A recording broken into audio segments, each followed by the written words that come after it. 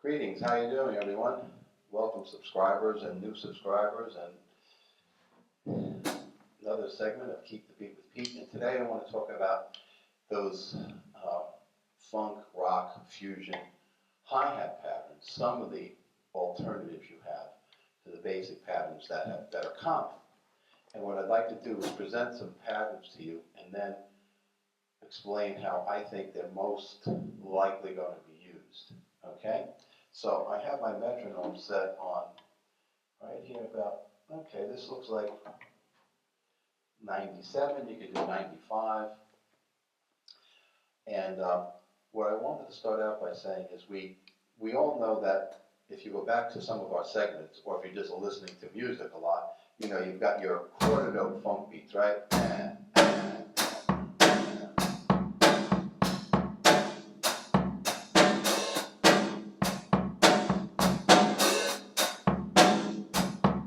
we covered that in our basic funk and then our part two, right?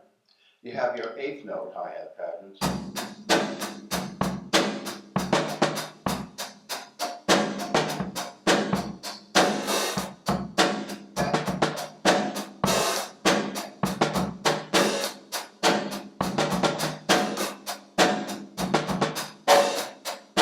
And all the patterns we covered there. So you could go back and look at those. Now, starting, I would say, late 60s, definitely into the 70s, you started to hear other hi-hat patterns. So we're going to just explore two variations today, because this, after all, is like about a 15-minute segment, right? And we want to just make sure we do justice. So you can't do it all in one video segment. So here we go. First one is on the and. So 1, 2, 3, 4.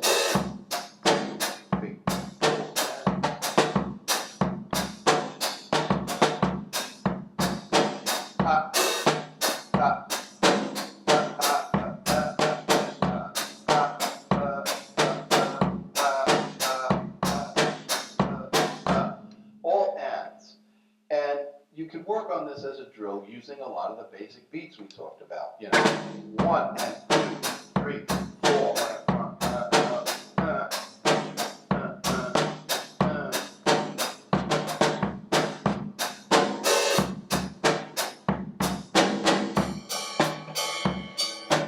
One, two, three, four.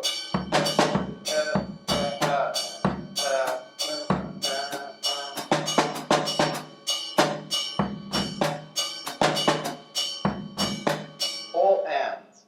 And you want to get locked into it to first take it to where we want to take it. So you want to, just like a jazz, when you're first learning jazz, you know, 1, 2, 3, 4. You're keeping that steady ride cymbal beat, right? 1, 2, 3. Well, here you're having just and.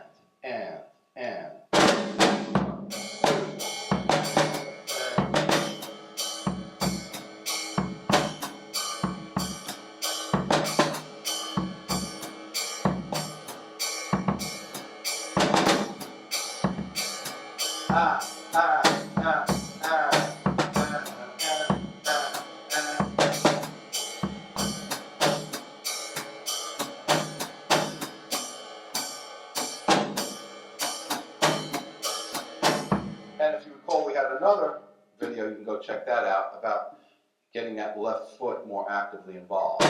1, 2, 3, 4.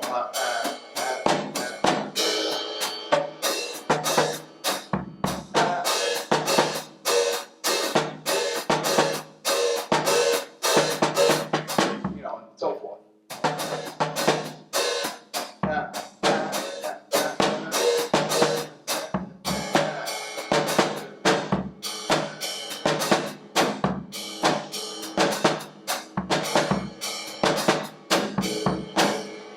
So when you get that going with your and on the hi-hat, which was on the ride cymbal, the hi-hat, the bell, it shows up a lot in the 70s. It might be even 1, 2, 3, 4. So they might go 1, 2, 3, 4.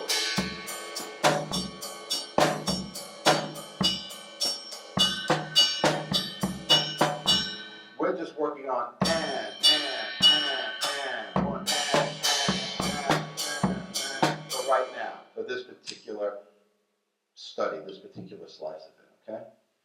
I know, 1 and 2 and 3 and 4, and there's another one.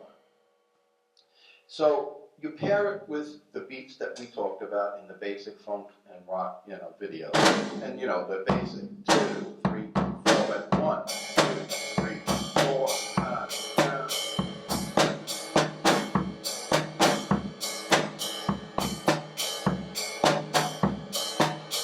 and some of the fill-ins. 1, 2, 3. It's kind of like a linear, because you're using a lot of different surfaces to make the, okay? And you can do that with 1 E and or 1 and or as long as you have the and. 1 E and 2 E and 3 E and 4 E and 4 E and. So whether it's starting with the bass drum, 1 E and or the snare drum, 2 E and but it's and. Then, what do we do with that? Naturally, we combine it with what I call the anchor beats. The anchor beats are the ones that are most commonly going to be used where the song is going to sit a lot of times. And these beats are the ands, and these are the contrasts, the spice, the variations for the bridge, for different segments of the song. So, you have your song, 1, just right on the note, 1, 2, 3, 4,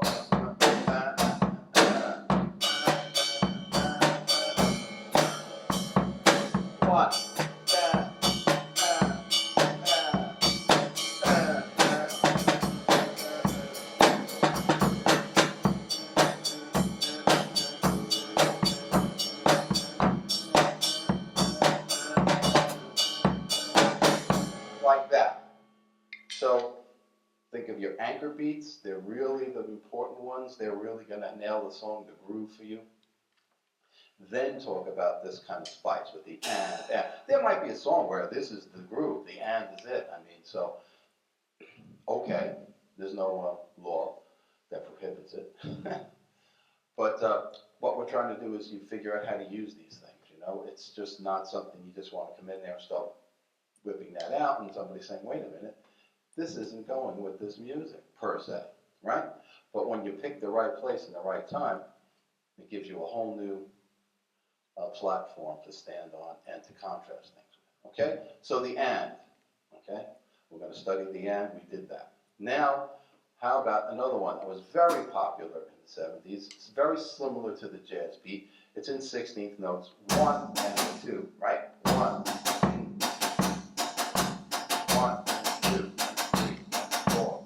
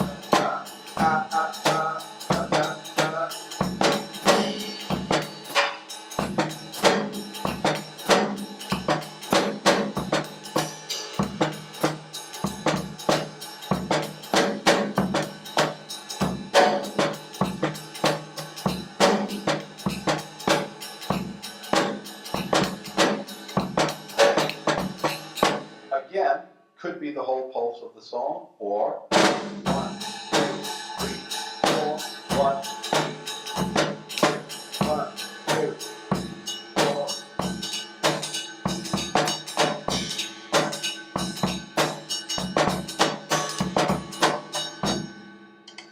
Okay, so I was working on this earlier, and I was thinking about the best way to present this. So I was at around 95 on the metronome, but pick 80, pick 70. Matter of fact, slower is often better just because there's more space between the notes. It forces you to be more disciplined in your timekeeping, and it helps to burn in the neuromuscular aspects of this. But what we're really going for is just these two patterns. Now, you might say, well, Pete, there's a zillion other, variations. You have 1 and 2 and 3 and 4 and 1 and. Okay, other days, other times, we'll do them. We'll do some other ones. We want to explore these two right now. These two you can mix and match. 1.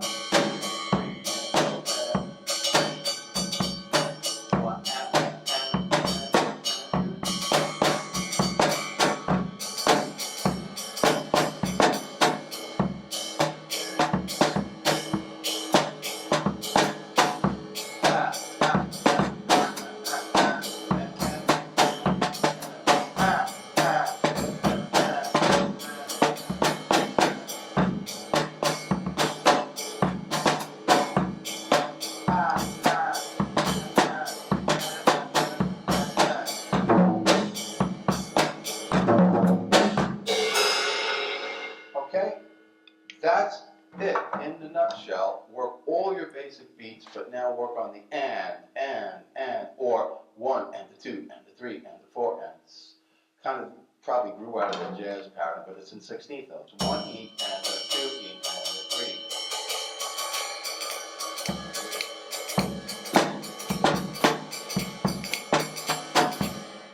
Okay, then of course, what we always suggest is mixing and matching these patterns. So when you do your basic quarter notes or your basic eighth notes on the hi-hat, you mix it with these two. Now you're talking about a wide variety of possibilities for you. And then you talk about the right cymbal, the bell, the hi-hat. And then sometimes we're working our left-footed there. You have to go back and look at when we, just beyond the bass drum exercises, then it goes into, like we were talking about, hi-hat independence with the left foot. So we did it in jazz, and we showed you some of the rock and funk things. Go back and check that out. And that's what I was mixing in here, some of the hi-hat patterns from that with the and, or 1 and 2 and. Sometimes I was putting the hi-hat in where you say, oh, I'm thinking the bass drum used to be there. Yeah, it used to be, but now we're not. We're putting the hi-hat there sometimes.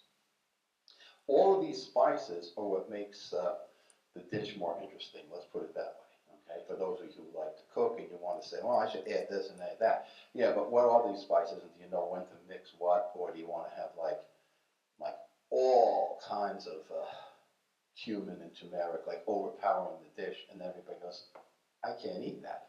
So, you really do need to know what to use when. It's very, very important. Here we're introducing some nice little contrasts. We're reviewing things. You've heard them.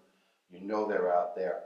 As I said in a lot of videos, there's a lot of books and everything out there on a lot of this stuff. But what I'm doing is simply in these short segments is boiling it down to some of the simple things. You could probably take some of this stuff to the bandstand pretty quickly. If you've been playing for a reasonable amount of time, you can start picking out some of your favorites and again, create the beat you keep by just adding these little spices here and there. And the more you listen to a lot of the great drummers and the great recordings and the classic ones, you're going to see less is more very often. Just the right spice, the right kick, the right hit, the right contrast at the right time is what does it. So that's it. Thank you for watching. For you folks that have already subscribed, get back and check out some of the other things in case you were wondering where some of this stuff came from. And for those that are new, you can go back and check out the other ones too. Welcome aboard. Remember, create the beat you keep. Keep the beat with Pete. Peace out. Thanks for watching.